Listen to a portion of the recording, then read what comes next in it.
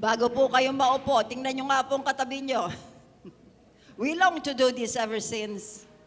Pwede po bang kumustahin nyo at kamayan nyo ang isa't isa? Wala nang background music. Basta't ang mahalaga makumusta nyo ang mga kapatiran. Thank God, nandito si Rochelle. God bless you, Rochelle. At kayo pong lahat, God bless you all. Ano po? Napakasarap pagmasdan ang sama-samang pagpupuri ng mga anak ng Diyos. Amen, mga kapatid? Thank you, Lord. Thank you, Lord, you're here. And I believe, lugod na lugod ang Diyos na makita po kayo sa mga sandaling ito at mabigyan ng opportunity na maparangalan at mapapurihan siya. Sa umagang ito, pambihira po ang ating pagbubulay-bulayan sapagkat ito po ay may kinalaman sa mga dapat nating gawin as a Christian. Hangarin ng Panginoon na lumago tayong lahat when it comes to our faith to Him. Para hindi po tayo mahirapan sa buhay. Kasi po kahit nasandamukal na mga alalahanin, sabihin mo, ang dami kong problema, may sakit pa nga ako, ang dami kong pangangailangan. Ang sabi ng Panginoon, hindi kita iiwan at hindi kita pababayaan. Unahin mo muna ang aking kalooban at ang aking katwiran, lahat ng bagay ay idadagdag ko na lang sa inyo. Naniniwala kayo? Palakpakan nyo nga ang Panginoon. Purihin ang Diyos. Tayo po ay saglit na tumayo at basahin po natin ang salita ng Diyos as a respect. Let us all read the Word of God. Sapagkat naniniwala ako ang mensaheng ito ay para sa ating lahat. To awaken us. Para po sa kanyang nalalapit na pagbabalik, sama-sama tayo, mga kapatid. I'm praying na lahat po kayo'y makasama doon sa kaluwalhatian ng Panginoon the moment na tumunog ang huling trompeta ng Panginoon. Kaya po, patuloy natin siyang parangalan sa ating mga buhay, lalong-lalo na ang ating pagsasama-sama dahil ito ang kinalulugdan ng Panginoon para sa kanyang mga anak. Amen. Babasahin po natin ang Psalm 5, verse 3. Awit 5:3. Sa English muna natin basahin. In the morning, Lord, you hear my voice. In the morning, I lay my request before you and wait expectantly. Sa ang salita ng Diyos, Biblia, ang sabi, sa umaga, O Panginoon, narinig niyo ang aking panalangin habang sinasabi ko sa inyo ang aking mga kahilingan at hinihintay ko ang inyong kasagutan. Salamat sa mga salita ng Diyos at pagpalain niya ito at ihatid sa ating mga puso. Tayo po'y manalangin. Aming Panginoon, nagpapasalamat kami na truly buhay ang inyong mga salita. At ito'y makapangyarihan na may kapangyarihang tumagos sa pinaghihiwalayan ng aming mga kaluluwa hanggang sa utak ng aming mga puto. Panginoon, gawin mo ang kalooban mo sa pamamagitan ng iyong mga salita. Mangusap po kayo sa amin. Truly, your word is a lamp unto our feet and a light into our path. Your word is the food of our soul. Kaya kanino kami hahanap ng aming pagkaing espiritual, kundi sa mga salita mo lamang. Thank you, Holy Spirit, you are there for us. We always long for you. At nawa, Panginoon, yung longing mo rin na mapuspos mo kami ng iyong mayamang presensya at kahabagan ay laging ninanasa ng aming mga puso at kaisipan. Patawarin mo kami. Marami kaming pagkukulang, aming Diyos. Hindi namin pwedeng ipagmalaki, okay na kami. Hindi po. Still, may mga pagkukulang pa rin kami sa inyo. Pero umaasa kami sa iyong habag at biyaya dahil sa aming Panginoong Hesukristo. Kaya sa umagang ito, turuan mo kaming muli, pagpalain mo kaming muli, at ihatid mo sa bawat isa ang kamalayan.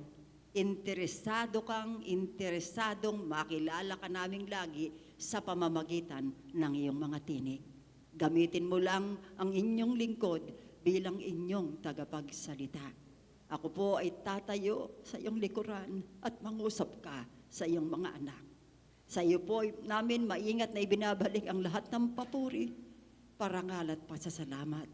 Sa pangalan po ng aming Panginoong Hesus, ito po ang aming dalangin.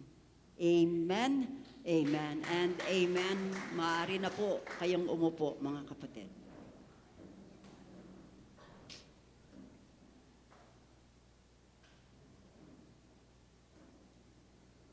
Ang sabi po sa Bible commentary, I believe that the quiet time is the secret of a Christian's daily life.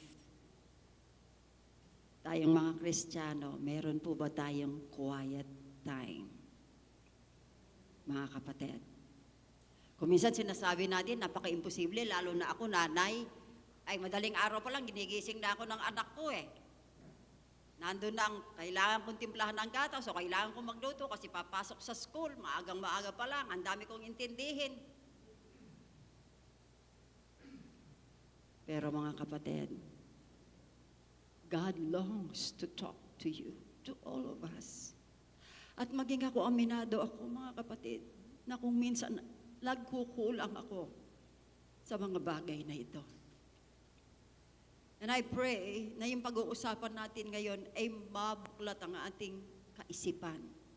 At tunay na hangrin nating magawa natin ang dapat nating gawin bilang mga anak na Diyos. Amen po, mga kapatid. I believe that the quiet time is a secret of a Christian's daily life. Observations show that Christians who fail here soon grow cold and backslide. Totoo naman po. Hindi niyo ba napapansin kapag hindi na kayo nakapagbabasa ng Bible at wala na kayong quiet time, hindi na kayo nakakapanalangin? Para bang pag nag-pray kayo hanggang kisame na lang ang prayer no, di na nakakaabot dun sa dapat paroonan sa Panginoon? The Christian that perseveres in the quiet time grows steadily day by day with the Lord. Abraham is an excellent example for the morning quiet time. At yan po ang ating topic for today na niloob ng Diyos na maibahagi sa bawat isa sa atin. We all need the Word of God. We all need His instructions. And ito po ay isang bahagi na naman para turuan tayo upang lalo pa tayong maging malapit sa Panginoon at marinig natin ang Kanyang tinig. Kasi kung wala pong quiet time, hindi po natin makikilala ang tinig ng Panginoon. Naniniwala po kayo? Ang sabi ng salita ng Diyos,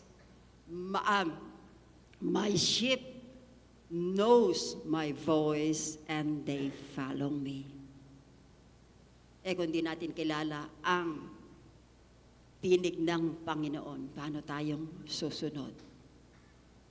Ang sabi po sa isang example, may isang magsasakang nililinis yung kanyang barn dahil umanis siya. Siyempre po, dahil maraming dayami, magulo yung kanyang pinaglalagyan ng mga dayami. Nahulog yung relo niya. It so happened na yung relo niya mamahalin.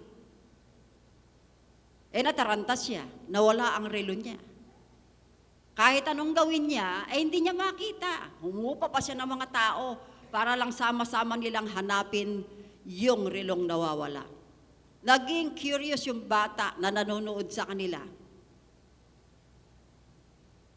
Ang ginawa ng bata nung nawala na silang lahat, Humiga siya dun sa lumpon ng dayami. Tahimik siyang naghintay. At sa katahimikan, narinig niya yung tik, tik, tik, hanggang sa malocate niya kung nasaan yung relong nawawala. Ganon din po sa salita ng Diyos, mga kapatid. Kung hindi tayo mag-uukol ng pananahimik sa paghihintay sa pangungusap ng Diyos, paano po natin makikilala ang kanyang tinig? Paano po natin mararamdaman ang kanyang mga pahiwatig sa atin? Paano nating malalaman yung mga dapat nating malaman mula sa kanya kung hindi natin kilala ang kanyang tinig? Kaya po, napakahalaga na mayroon tayong quiet time. And Abraham is an excellent example for the morning quiet time. May tumatawag po yata sa telepono niyo. Genesis 19:27 ang sabi, early in the morning, Abraham got up and returned to the place where he had stood before the Lord. Sa Tagalog, kinaumagahan, dali-daling pumunta si Abraham sa lugar kung saan siya nakipag-usap sa Panginoon. Bakit po sa umaga, mga kapatid? Kasi ito yung bungad ng pagsisimula ng araw. Ito po yung pag-uumpisa kung saan natin malalaman na mga buhay pa tayo at may lakas pa tayo. At ito rin ang pag-uumpisa ng araw na kung saan haharap tayo sa hindi natin namamalayang problema o panganib o alalahanin before us. So kailangan nating manahimik sa harapan ng Diyos para marinig natin ang kanyang pangungusap. Kung babasahin natin ang Biblia mula umpisa hanggang katapusan, ang mga tapat na lingkod ng Diyos ay nag-uumpisang makipag-usap sa Panginoon in the early morning. Ano po? Nakikipag-usap po sila sa ating Diyos umaga pa lang.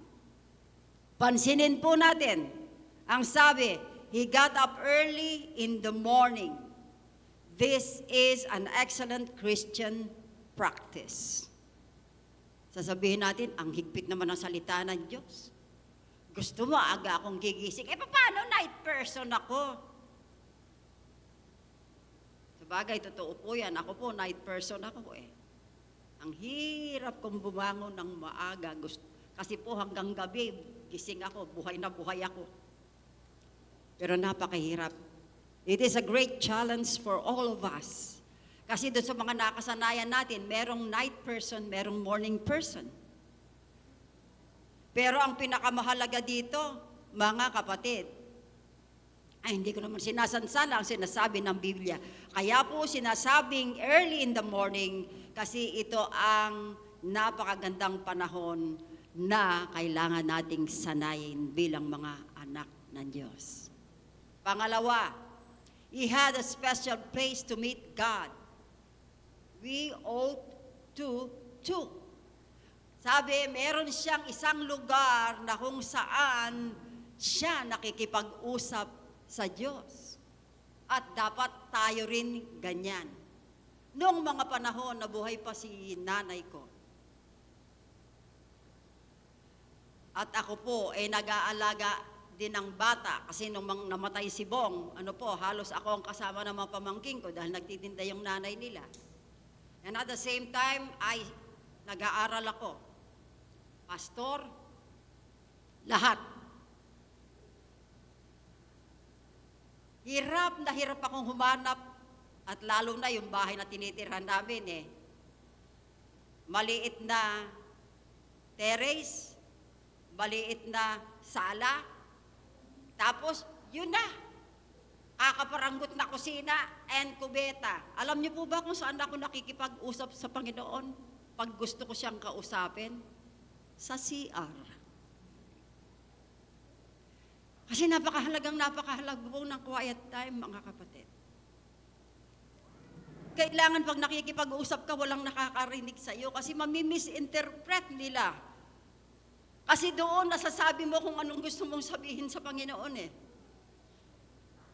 Yung mga inaayawan mo sa sarili mo, yung inaayawan mo sa kapwa mo, yung mga gusto mong mangyari sa sarili mo, lahat yun nasasabi mo nang walang pag-aalinlangan. Kapag po tayo nakikipag-usap sa Diyos, buksan nating mabuti ang puso natin. Hindi po yung litanyang naka-order yung mga panalangin yun. No, you can speak out from your heart kung ano ang gusto nyo sabihin sa Panginoon. Tell Him what you need. Tell Him what you want. Tell Him that I don't like this, Lord. Ayoko ng ganito. Ayoko si ganyan. Ayoko yung ganon. Kasi kaya dapat nating sabihin yan sa Panginoon. Kapag mali tayo, itutuwid niya tayo. Pag tama tayo, pagpapalain niya tayo. At kung may nais siyang sabihin at ipagawa sa atin, yun ang ilalagay niya sa puso natin. Yan ang sasabihin niya sa atin. Mangungusap siya sa atin, mga kapatid. Provided you spend your time with your God. Kailangan meron kang special place. Kaya nga nung malipat kami sa church, nagpapasalamat ako sa Panginoon kasi malaki na yung lugar. Nung araw kasi, kung minsan hindi ko matagpat, pati yung kubeta. Busy, ilan kami Kaya ang ginagawa ko, lumilipat pa ako rito sa church para mag-pray sa umaga. Busy. Nabasa ko yung kwento ni Susana Wesley. Ang dami niyang anak Kilala niyo po si Susana Wesley, mga kapatid? Hindi ko alam kung 18 yata yung anak niya. Napakarami niyang anak.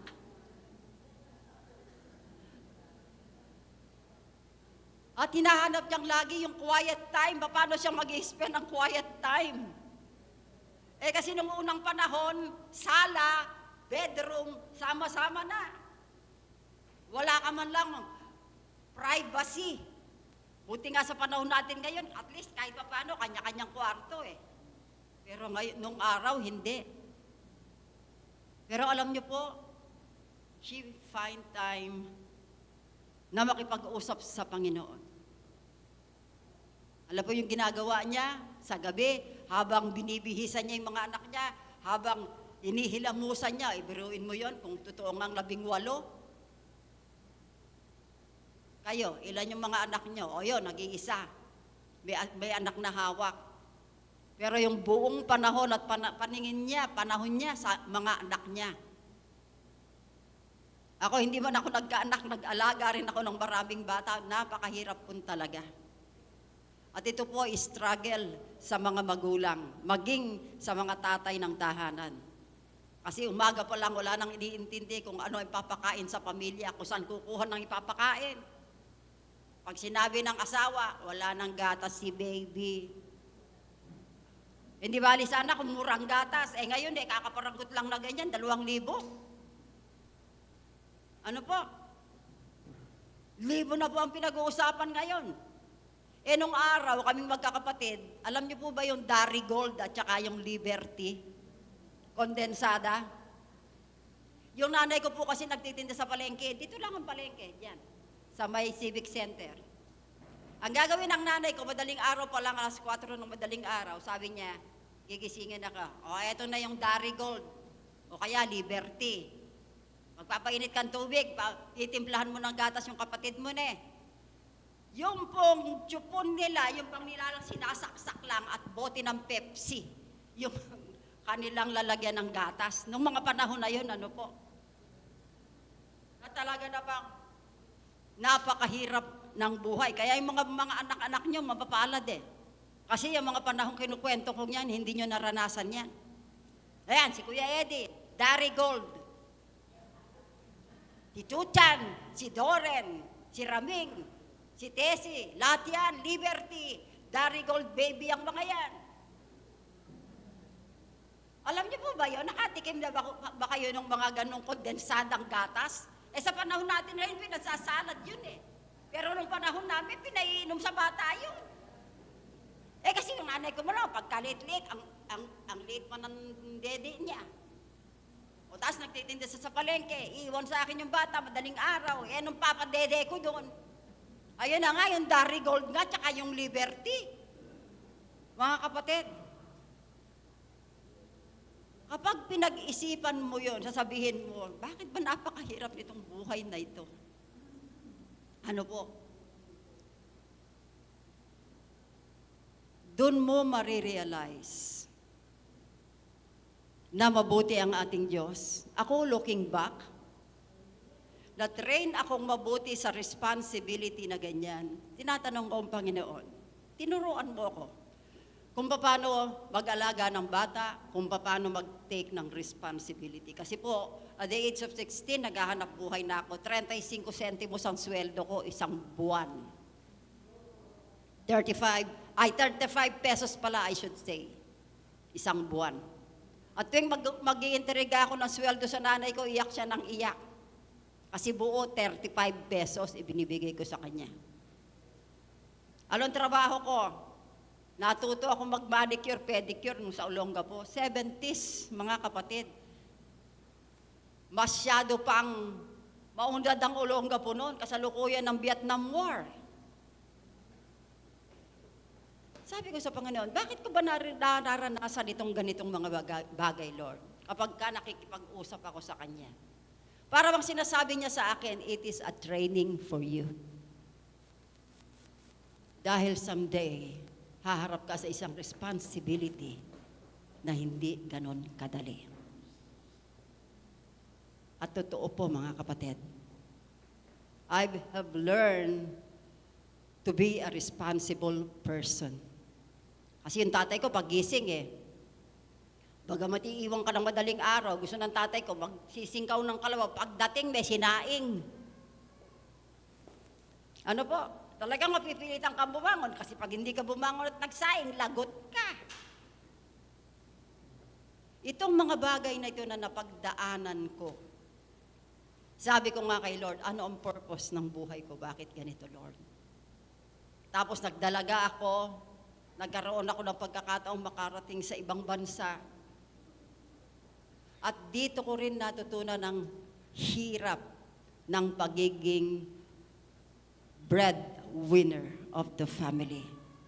Kaya po, yung mga tatay, nakaka-identify ako sa inyo. Kala nyo ba? Kasi alam ko yung wala at saka alam ko yung masagana. Sa mga nanay naman, nakaka-identify din ako. Puwera na nga lang sa pagbubuntis dahil hindi ko naranasan niya. Nakaka-identify ako sa pag-aalaga ng inyong mga anak, pag-iintindi, habang lumalaki sila, nakaka-identify din ako. Bakit ko sinasabi ang lahat ng ito? Dahil ang Diyos natin, mula pa lang sa pagkabata, kung may plano siya sa buhay natin, ipararanas niya sa atin ang mga bagay na kung minsan sasabihin natin, ang hirap-hirap. Pero meron pala siyang layunin sa bawat isa sa atin. Sasabihin mo, Pastora, ikaw lang yan. Hindi po ako naniniwala. Lahat tayo may purpose sa buhay. At kaya natin maiintindihan yan during quiet time. Mga kapatid, hindi natin maririnig ang tinig ng Diyos kung hindi tayo mag-iisa sa tahimik na lugar at makikipag-usap sa Kanya. Mga kapatid,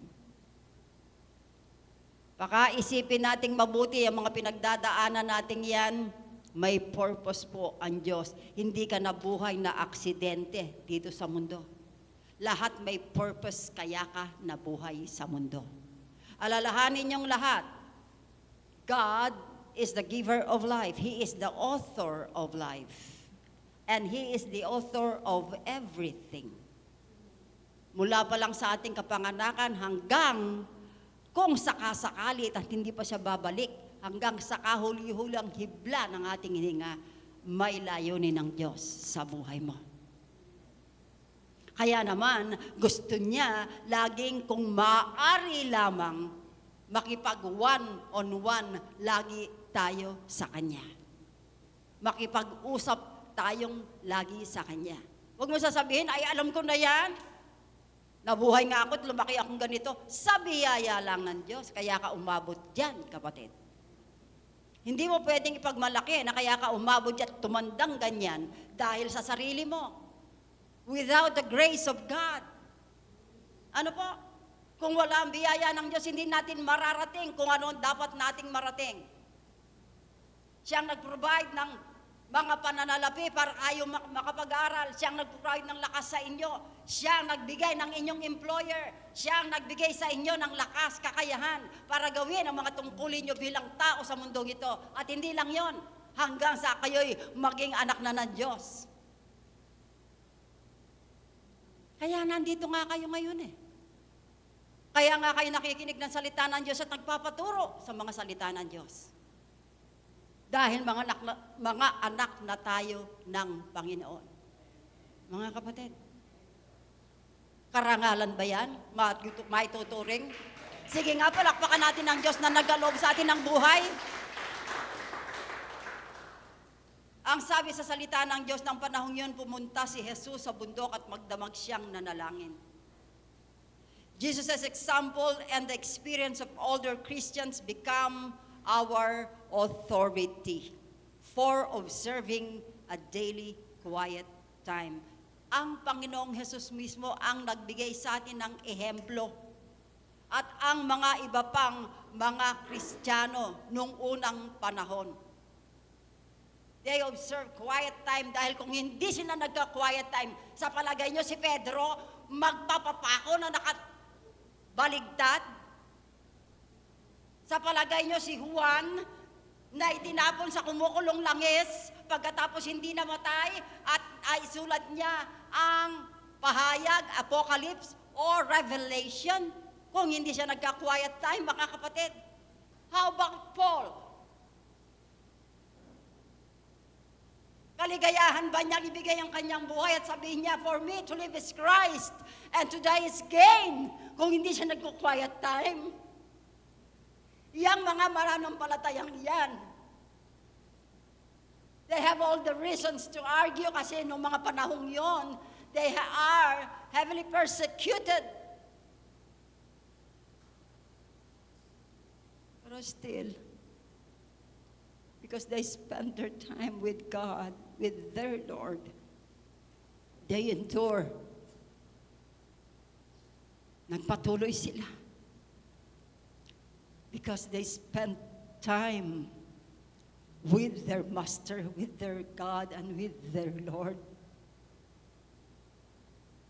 Mga kapatid,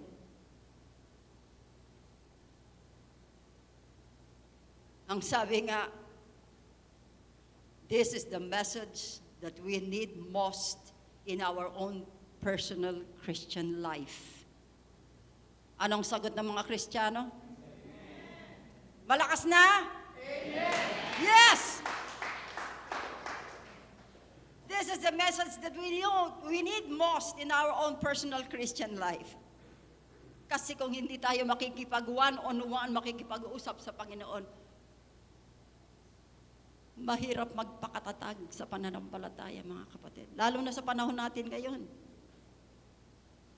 Lahat ng nakikita natin sa social media, napakaraming pandaraya. At kung hindi ka nakikipag-one-on-one sa Panginoon at hindi mo binabasang mabuti ang salita ng Diyos, malay mo, unti-unti ka nang napapariwara, napapahiwalay sa Panginoon. Kaya nga kailangan natin siya eh. We need His Word more than ever. We need His presence. At mararamdaman lamang natin ang presensya niya kung tayo ay nagko-quiet time. Amen? Pangalawa, purpose of the quiet time? Ano ang mga layunin? I believe that the basic purpose of the quiet time is fellowship with God. Amen? Of course. Sino ba kakausapin natin? Ano po? Pero mo, nakikipag-usap ka? Sino bang makakarinig sa inyo? Kundi ang Diyos lang. Huwag nating isipin na kung minsan ang mga taong hindi kilala ang Panginoon, kala nila nakakaligtas sila sa mga pinagkagagawa nilang kalokohan. Yes, hindi natin sila nakikita. Pero ang Diyos natin ay buhay at makapangyarihan. Nothing escapes from His eyes. Kitang-kita niya lahat, mga kapatid. Kitang-kita niya lahat. Sabi nga, iniisip mo pa nga lang, pupuntahan mo pa nga lang, nandun na siya, galing na siya doon. Piruin mo itong Panginoon nating omnipotent, makapangyarihan. Omniscient, He knows all things. Before you do it, He knows it. He knows your motives. Bago mo isagawa, alam niya ang motibo mo. Kilalang kilala ka niya. Tayo nga, nung ipanganak tayo, yung mga nabuhay nating lolo't lola, hanggang dun lang tayo. Pero siya, yung pinaka-pum-pum-pum-puna natin, kilalang kilala niya. Dahil yun ang pinagtiyap-tiyap niyang mangyari para ilabas ka at lumabas ka sa ganyang itsura. Amen po? O basahin niyo ang Bible. Di ba yung mga pinanggalingan sa lahi ni Juda, dahil doon nang galing ang lahi na magiging tagapagligtas from the tribe of Judah. Kaya nga, at ang pinakamaganda pa rito, pwede nating sabihin ang mga reklamo natin. Huwag tayong magsasalita ng reklamo sa tao, hindi nila tayo maintindihan. Of course. Lahat ng reklamo, lahat ng mga ayaw natin, gusto nating mangyari, lahat yan, alam ng Diyos yan. At ayaw na ayaw niyang marinig sa atin na hindi natin na-appreciate kung ano ang mga ginawa niya para sa atin. Mga kapatid, ang gusto niya laging naririnig sa atin in spite of what we are suffering. Ano man ang pinagdadaanan natin, ang gusto niyang laging naririnig sa atin. Thank you, Lord, for everything. Kasi for everything, He has a purpose. Mabuti man yan, masama man yan, may layunin siya. At tandaan nating lahat, iyan ay sa ikabubuti natin. Ano pa? The purpose of quiet time, He desires this communion even more than you do. Ito nakakatuwa sa Panginoon. Kung ang kapwa mo namimiss mo, di mas lalo ang Diyos. Sabi nga, He desires this communion even more than you do. Alam nyo ba, miss na miss tayo ng Panginoon.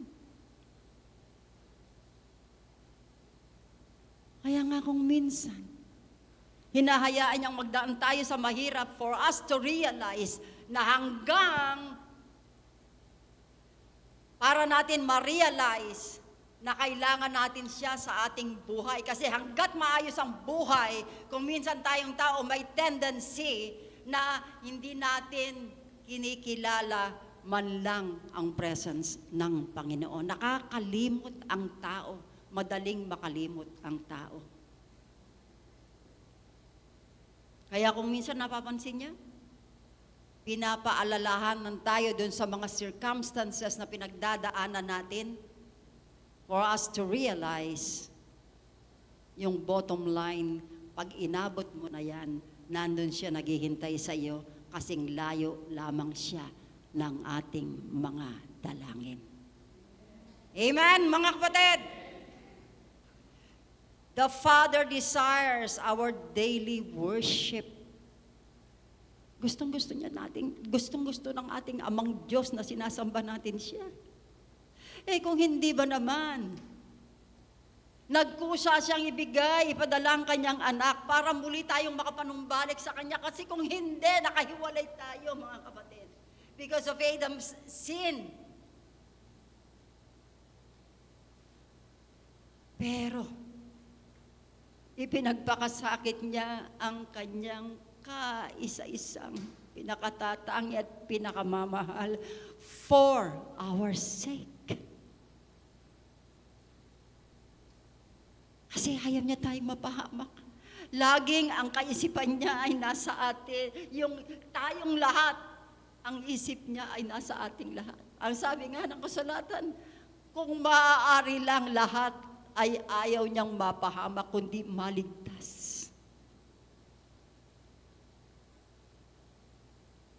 Kaya nga natin ma-appreciate na nagpakilala ang Diyos sa atin, mga kapatid. It is not our own doing na nakilala natin si Kristo. No. Ang Diyos Ama po ang may kagustuhan yan, may kalooban yan. Dinala niya tayo sa kanyang anak. Gumamit siya ng mga kasangkapan upang marinig natin ang Ebanghelyo. Ano yung Ebanghelyo? The good news about Jesus Christ. He uses many people upang marinig natin ang Ebanghelyo. And as soon as marinig natin yan, sabi nga, faith comes from hearing, and hearing the Word of God. Upon hearing the Word of God, the Holy Spirit moves. At binuhay niya ang mga salita ng Diyos na yan sa puso natin, at sa pamamagitan nito, tinuruan tayong manampalataya. For it is by grace you have been saved through faith, and that is not from you. It is the will of God. It is a gift of God, I should say. Regalo ng Diyos ang ating kaligtasan, mga kapatid. Bakit niya ginawa yan? Because our Father desires our daily worship. Yung araw-araw natin siyang sinasamba. Sabi nga, kahit nga yung ma-realize mo lang gano'ng kabuti ang Diyos. Di po ba? Hindi lang yung araw-araw, kundi bawat saglit, Panginoon, purihin ka, salamat po. Upon realizing how good God is to our lives. Paano pala yan? May mga problema ako sa buhay. Nag-asawa nga ako, ganito naman ang tinamo ko. Anong masasabi mo? O minsan, may mga tao akong nakakausap and I know them. At nakikita ko ang mga pasanin nila, lalo na sa kanilang mga anak, mga kapatid. God knows what you have been suffering. May mga kamag-anak ako na may mga anak na mula pa lang sa pagkapanganak hanggang lumaki ay hindi normal ang buhay. Kung tutuusin, kahabag-habag sila. Pero bakit niloob ng Diyos na mabuhay sila? Lumitaw sila sa mundong ito. Bakit? Kung minsan nagiging katanungan yan sa atin at lumuluha tayo sa harapan ng Diyos. Why, Lord? Why? May layunin ng Diyos. Bakit? At hindi natin malalaman yan if we do not spend quiet time with the Lord. Hindi natin maunawaan. Mga kapatid, tanging ang Diyos lang ang nakakalam. At hindi niya ipinagkaloob yan sa iyo accidentally, no. Meron siyang purpose. At kung yung buong panahon mo ay nagugugol mo sa pakikipag-usap mo sa Diyos, malalaman mo ang layunin ng Diyos at gagaan ang pakiramdam mo. At the more na lalo kang magtitiwala at kapit sa Kanya, na yan naman ang nilolong niya para sa bawat isa sa atin, mga kapatid. He longs for us. He misses us so much. Gustong-gusto niya tayong nakakausap. Gustong-gusto niyang nakikita ang ating panahon. We are so intimately succumb into His love, into His mercy, and into His presence. Na lumulubog tayo sa mayaman niyang presensya, sa Kanyang pag-ibig, sa ating lahat.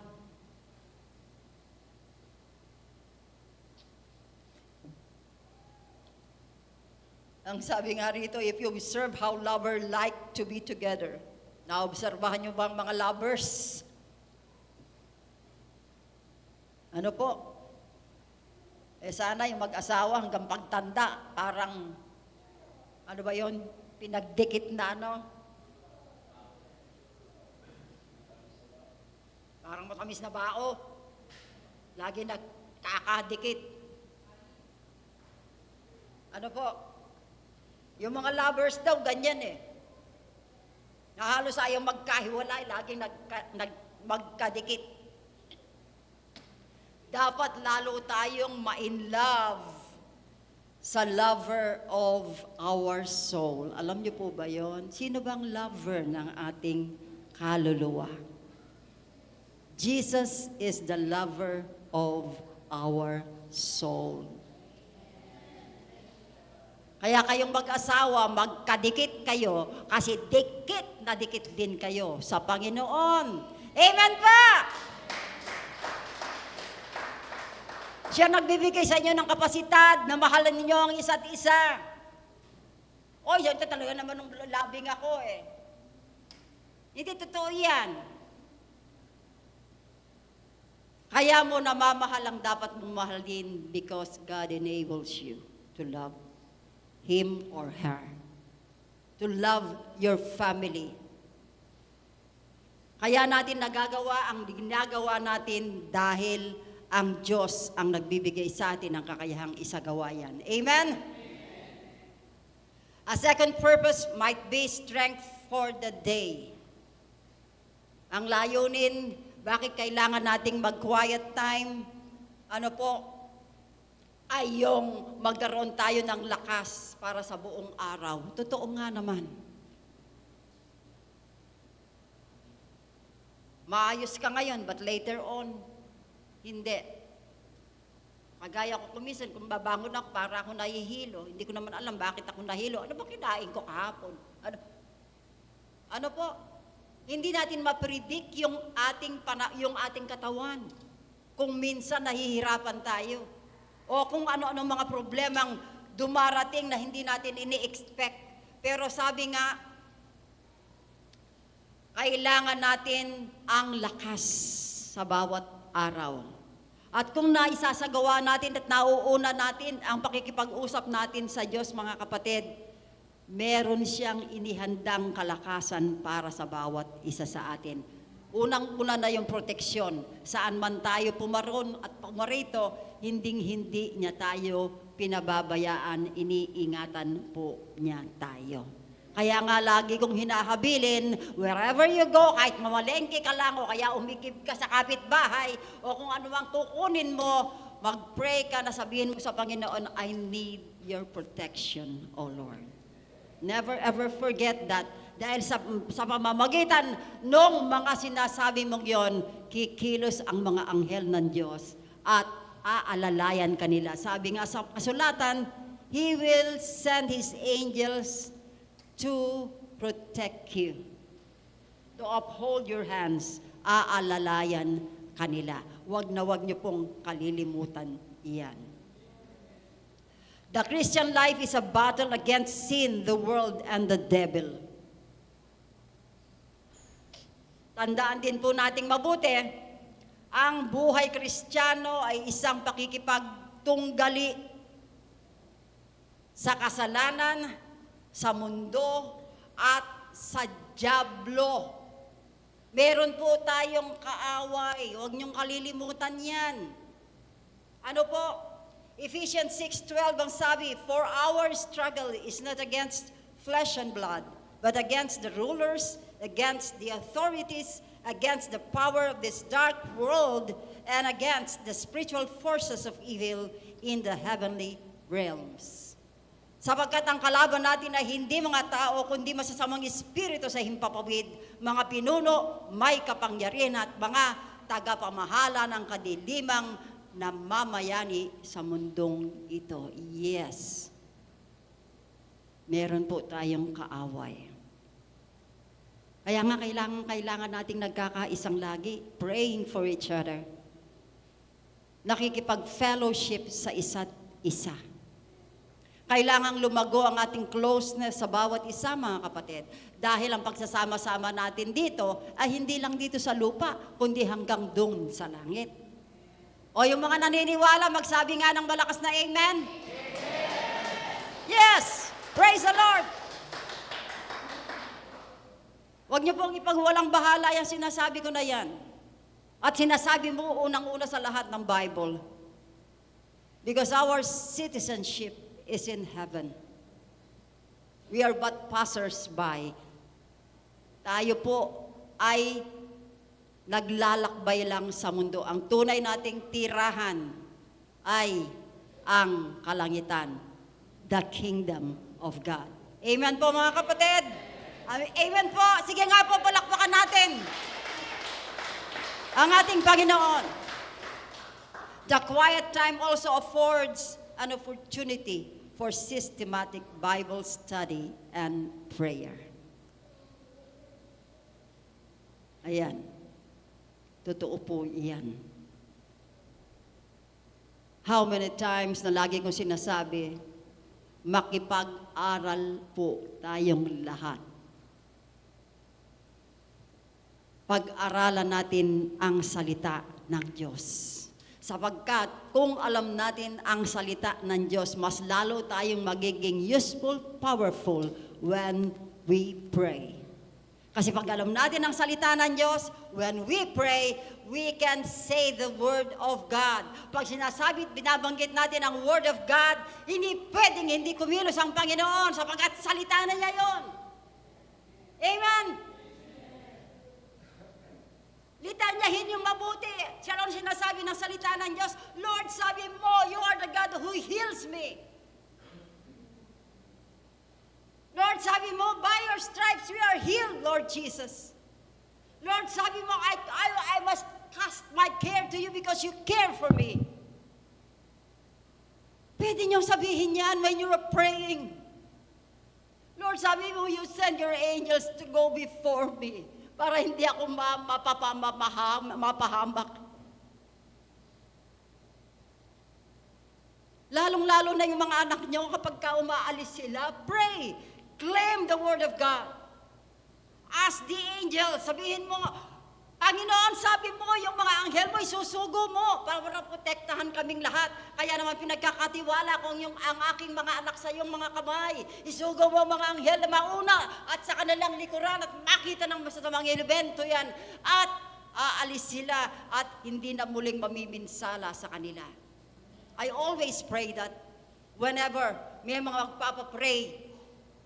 Kaya nga lagi ko sinasabi at pinagbibilin, pray. Ask the Lord na ipadala ang mga anghel niya para samahan tayo wherever we go. Dahil totoo po yan. Once na hiningi natin yan, hindi pwedeng hindi bigay ng Lord yan kasi salita niya yan. Amen! Pahalagahan natin ang kanyang salita dahil sa pamamagitan nito tayo uunlad, lalakas. At lalo pa na niya tayong magagamit para sa kanyang dakilang kalooban, mga kapatid. Lord, learn to be quiet before the Lord. Respect His word. Pray without ceasing. Always thank Him for everything. Yan ang mga tagubilin niya sa atin from His word. At kapag ka na-appreciate natin, maging yung mga bagay na nangyayaring mahirap sa atin, makikita nyo ang Diyos pa rin ang aayos niyan. Kasi alam niya, kahit mahirap ang ating pinagdaraanan, sa Kanya pa rin tayo umaasa at nagtitiwala ng lubusan. Amen! Purihin ang Diyos! Sige pa, palakpakan natin ang Panginoon! Do not withhold, the glory belongs to God, mga kapatid. Sapagkat sa Kanya yan. At kaya yan tayo tinuturuang mabuti kasi gusto niya tayong magtagumpay sa buhay na ito upang sa oras na makaharap natin siya, sabihin niya sa atin, "Welcome my good and faithful servant. Welcome to the rest of your master." Paano niya sasabihin sa atin yan? Kung ipinagwawalang bahala natin ang mga tinuturo ng kanyang salita sa atin. Manindigan tayo, mga kapatid. Let us do the right thing. Kapag hinangad naman natin, tutulungan tayo ng Diyos para maisagawa natin. Truly, apart from me, you can do nothing, sabi ng Panginoon sa kanyang salita. Kaya nga, nandiyan ang Banal na Espiritu. Siya ang tutulong sa atin. He is our teacher and helper. Dahil hindi natin makakaya ang magpakabanal kung wala ang guide, kung wala ang tulong ng Banal na Espiritu sa atin. Kaya nga siya ang proof, siya ang pruweba na tayo nga ay mga anak na ng Diyos. Sumasa atin ang Banal na Espiritu ng Diyos na siyang nangunguna at nagtuturo sa atin kung ano ang nararapat nating gawin. Aming Diyos na banal na makapangyarihan sa lahat. Nagpapasalamat kami. Kasi po, gusto mo kaming makasama sa piling mo. Gusto mo kaming maging matutuwid sa iyong harapan. Hindi ka nagsasawang magpaalala sa amin that we are more than conquerors in Christ Jesus. We are victorious. We have the victory because of our Lord Jesus Christ. And if you are for us, who can be against us, Father? Help each one of us. Lalo mo pa kaming ilapit ng malapit na malapit sa iyo. Na maging ang aming mga hininga, Panginoon, ay nararamdaman mo yung aming mga pighati. Yung aming mga kagalakan at taus-pusong pasasalamat ay naririnig mo. Teach us to be more sensitive of your presence. We need you. Kailangan ka namin. At itong pagkakataong ito na binibigay mo sa amin, Lord, salamat po. Dahil tinuturo mo sa amin ang daang dapat naming lakaran. It's not easy. Kasi kalaban namin, mga sarili namin mismo. Ang mga kahinaan namin mismo, mga kalaban namin. Pero sabi mo nga po, not by might nor by power, but only by my Spirit, says the Lord. Kaya po right now,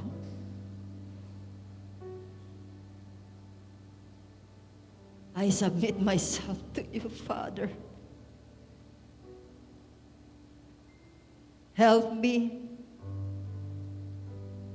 to be more loving.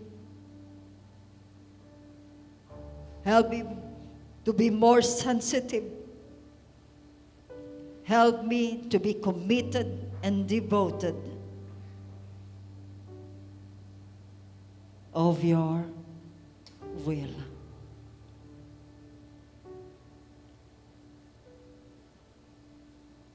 Lord, I submit everything to you. And help me, Holy Spirit, I pray.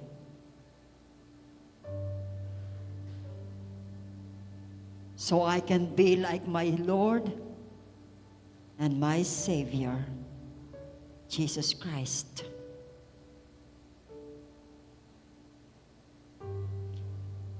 Make us more godly and give us a humble spirit before you. Thank you so much. In you alone I surrender. In Jesus' mighty name I pray. All of God's children will say, will say, Amen. Amen. Thank you, Lord.